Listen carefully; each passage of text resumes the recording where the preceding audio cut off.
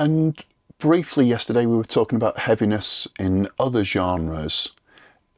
You feel that other genres have got that quality as well? Yeah, of course. I mean, if you think about it,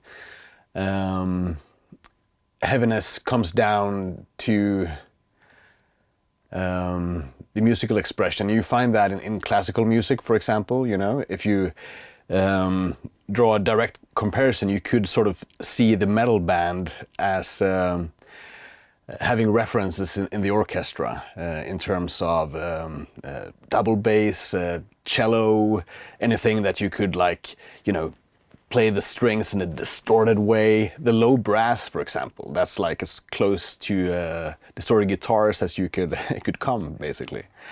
And you could definitely do heavy metal songs very, very nicely just using an orchestra, and it will feel just as heavy, maybe even heavier, because it's an orchestra by design over the centuries have been created to sound as good as possible, right, on its own. And believe me, if you put a pair of microphones in a rehearsal room with a metal band, it doesn't really sound that refined. But I think you can find heaviness in just about anything. You know, I've listened to heavy country music, listened to 16 horsepower, for example. Maybe that's not your standard Dolly Parton kind of country music, but still you could find, like, using only folk instrument, as long as the musical expression is there, it can be really heavy. And hip hop is another great example, when you won't find any type of distortion or anything that usually would be associated with heaviness, and it can be really freaking heavy. And from that perspective of distortion and heaviness in metal music, do you think that a band could have clean guitars, no distortion, and still be considered as part of the metal genre? Oh, that's a good question.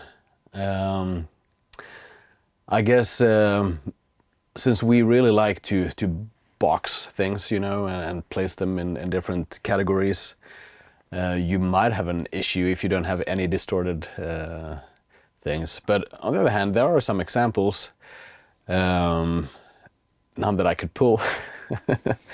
But if you have some element, let's say that you're driving distorted bass and just using clean guitars and some sort of vocal expression that is sort of inspired by the metal scene, I'm pretty sure that you could find a good acceptance in the metal community for that. But then it's down to whatever people will brand you with, right?